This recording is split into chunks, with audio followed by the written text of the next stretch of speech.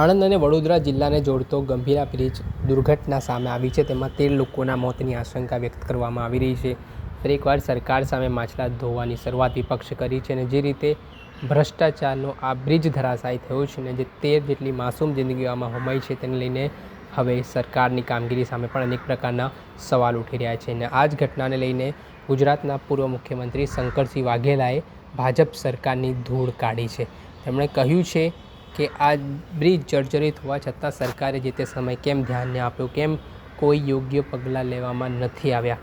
સાથે જ આ મામલે તેમણે કહ્યું કે જે અવારનવાર ભ્રષ્ટાચારની પોલ ખોલતા બ્રિજો હોય, પછી અમદાવાદનો હાટકેશ્વર બ્રિજ, ભરૂચનો ગોલ્ડન બ્રિજ કે પછી જે અલગ અલગ બ્રિજ પડવાના બનાવો સામે આવતા હોય છે અને નિર્દોષ લોકોને જીવ ગુમાવવો પડતો હોય છે, તે મામલે તેમણે જનતાને પણ અપીલ કરી છે કે તમે આંધળા બનીને શું કામ મત આપી રહ્યા છો અને પછી પરિણામ આવે તો બૂમાબૂમ કરો છો. પહેલાં તો મામલે શું કહી રહ્યા છે પૂર્વ મુખ્યમંત્રી શંકરસિંહ વાઘેલા, તે સાંભળીએ. આ ગંભીરા બ્રિજ આણંદથી વડોદરા વચ્ચેનો જે તૂટી ગયો સરકારી બેદરકારીના લીધે, એની માં જે પોતાના દીકરા માટે વલખા મારે છે, આર્તનાદ કરે છે કે મારો દીકરો ડૂબી ગયો. આ માનું શું થશે ખબર નહીં, પણ જે રીતે માં પોતાના દીકરાનો અત્યારે હાલ અંદરથી આર્તનાદ કરે છે, મારો દીકરો ડૂબી ગયો, આના માટે જવાબદાર કોણ? અને હું માનું ત્યાં સુધી આજની બેદરકાર સરકાર, જેને આ ચિંતા કરવી જોઈએ, એ અધિકારી હોય કે ઇલેક્ટેડ રિપ્રેઝેન્ટેટિવ પ્રતિનિધિઓ હોય, આ એમની જવાબદારી છે.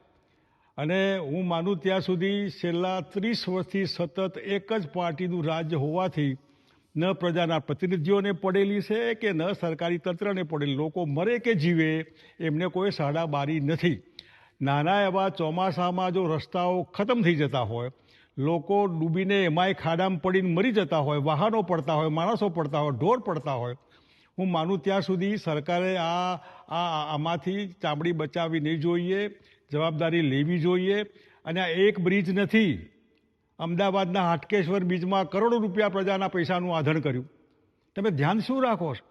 અંગ્રેજો વખતે ભરૂચનો ગોલ્ડન બ્રિજ, આપણો વિવેકાનંદ બ્રિજ, જે એલિસ બ્રિજ જેને આપણે કહીએ છીએ, એનું લોખંડ જુઓ, એની ડ્યુરેબિલિટી. દરેક ઠેકાણે જ્યારે તારીખ લખેલી હોય કે આ તારીખે શરૂ થયું, આ તારીખે પતી જવાનું, એના પછીની જવાબદારી સરકારની પોતાની થાય. સરકાર ઉપર 302નો કેસ કરશે એની માં પોતાનો દીકરો ડૂબી ગયો એના માટે. ઓવર ટાઈમ તમે જો આ બ્રિજ બંધ ન કરવાના હોય, બ્રિજનું મેન્ટેનન્સ ન કરવાના હોય, આવા ગુજરાતમાં એક નહીં અનેક ઠેકાણે.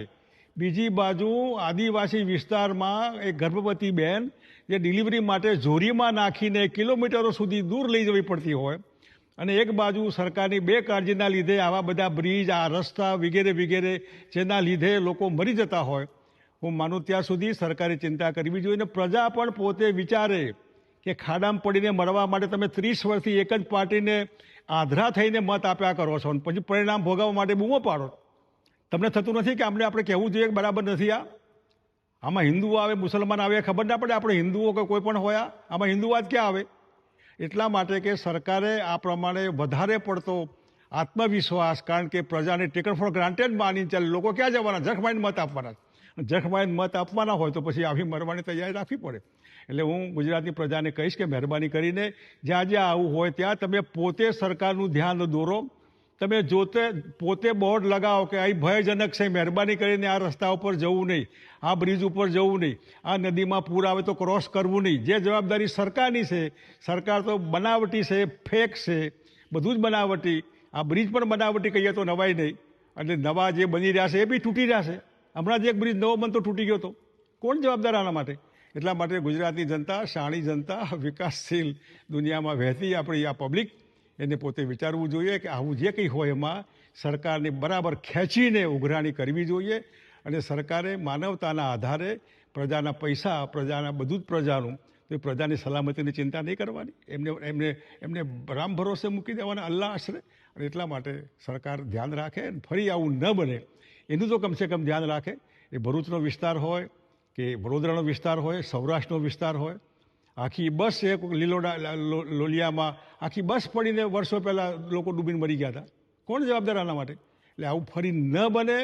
બન્યા પછી વળી પાછી ઉઘરાણી, એટલી સરકાર તાકીદ કરે તો પ્રજા ઉપર એમની મહેરબાની ગણાશે. ધન્યવાદ. આ હતા પૂર્વ મુખ્યમંત્રી શંકરસિંહ વાઘેલા. તેમનો ગુસ્સો પણ સાતમા આસમાને છે. ભારતીય જનતા પાર્ટી ઉપર તેઓ બરોબરના વરસ્યા છે અને જે ભ્રષ્ટાચારની પોલ છતી થઈ હોય તે પ્રકારના આરોપો પણ તેઓ લગાવી રહ્યા છે. આ બ્રિજ મામલે ગુજરાતના મુખ્યમંત્રી ભૂપેન્દ્ર પટેલે તપાસના આદેશ પણ આપ્યા છે અને મૃતકોને 2-2 લાખ રૂપિયાની સહાયની પણ જાહેરાત કરી છે. દર્શક મિત્રો, એન કવરેજ ન્યૂઝને આપ લાઇક કરી લો, સબસ્ક્રાઇબ કરી લો અને શેર કરવાનું ભૂલતા નહીં.